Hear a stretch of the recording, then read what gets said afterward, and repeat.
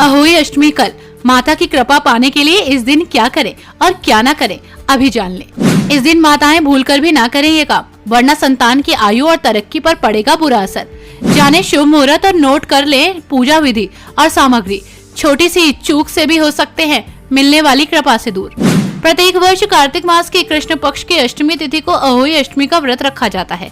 इस दिन हर माँ अपनी संतान की दीर्घायु और सुख समृद्धि की कामना करती है और निर्जला व्रत रखती है।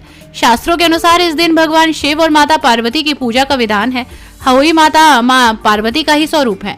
व्रत के दिन कई महिलाएं तारा देखते हुए बिना अन्न जल ग्रहण किए निर्जला उपवास रखती हैं। व्रत को श्रद्धा पूर्वक करने से अहोई माता सबकी मनोकामना पूरी करती हैं। लेकिन इस व्रत के कुछ नियम हैं जिनका पालन करने से ये व्रत सफल होता है।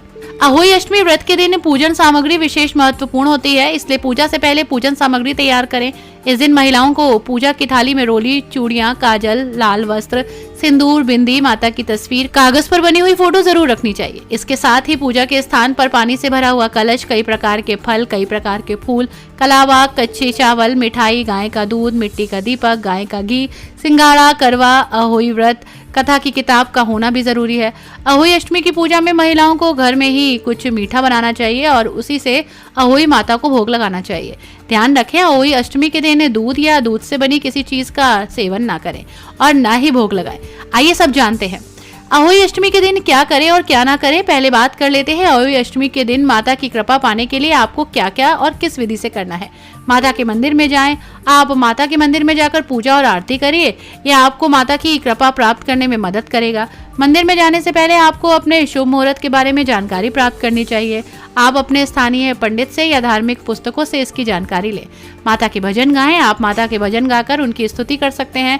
यह आपको माता के प्रति भक्ति और समर्पण का अनुभव कराएंगे। आप अपने पसंदीदा भजनों को गाकर या उन्हें सुनकर अपने मन को शांत कर सकते हैं। आप अहोई अष्टमी के दिन व्रत रख सकते हैं। व्रत के दौरान आपको नियमित रूप से पूजा, जाप और ध्यान रखना होगा। साथ ही आप अपने व्रत के नियमों को अपने धार्मिक ग्रंथों या पंडित से प्राप्त कर सकते हैं। व्रत के दौरान आपको नियमित और सात्विक आहार लेना चाहिए। अहोई अष्टमी कथा सुनते समय 7 प्रकार के अनाज को अपनी हथेली में रखें और कथा के बाद उस अनाज में थोड़ा सा और अनाज मिलाकर गाय को खिला दें। ऐसा करने से जीवन से कष्ट दूर हो जाता है। तो वहीं आप गरीबों और निराधार लोगों को दान कर सकते हैं। यह आपको माता की कृपा प्राप्त करने में मदद कर सकता है। आप अपनी सामरिक योग्यता के अनुसार दान कर सकते हैं, जैसे कि अन्य कपड़े, धन या अन्य आवश्यकताओं की वस्तुएं।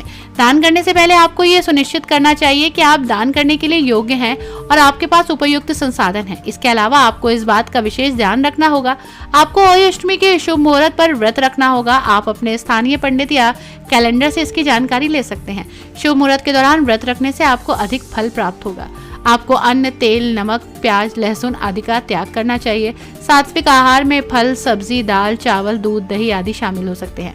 आपको अहोई अष्टमी के दिन अन्य नियमों का पालन करना चाहिए, जैसे कि अश्लील वस्त्र पहनने और अश्लील चीज देखने से बचें।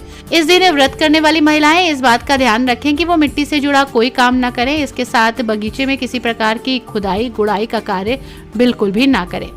यदि आपको और अधिक जानकारी चाहिए तो आप अपने स्थानीय पंडित से संपर्क कर सकते हैं या फिर हमें कमेंट बॉक्स में अपना प्रश्न पूछ सकते हैं। ब्यूरो रिपोर्ट, पंडित जी का पत्र।